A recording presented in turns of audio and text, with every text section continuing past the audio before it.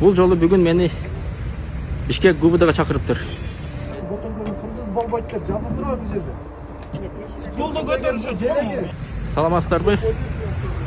Айласыдан дагы бир видео кайрылуу кылыш керек болуп атат. Бул жолу бүгүн мени Бишкек ГУБДга чакырыптыр. Билем. Мен коркпойм. Мен до конца барам. Желекти сактап калабыз. Мени коксам бул жерде башкалар булары карабаса, тоончки кабылат.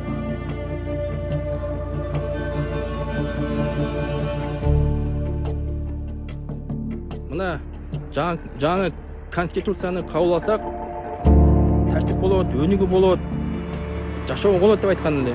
3 жыл өттү. Өзгөрүш, жылуу, өнүгүү жок.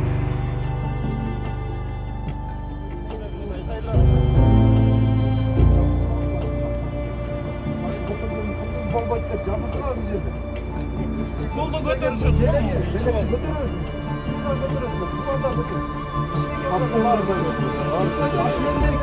Ушул 33 жылдан бери канча мээнет кылып туруп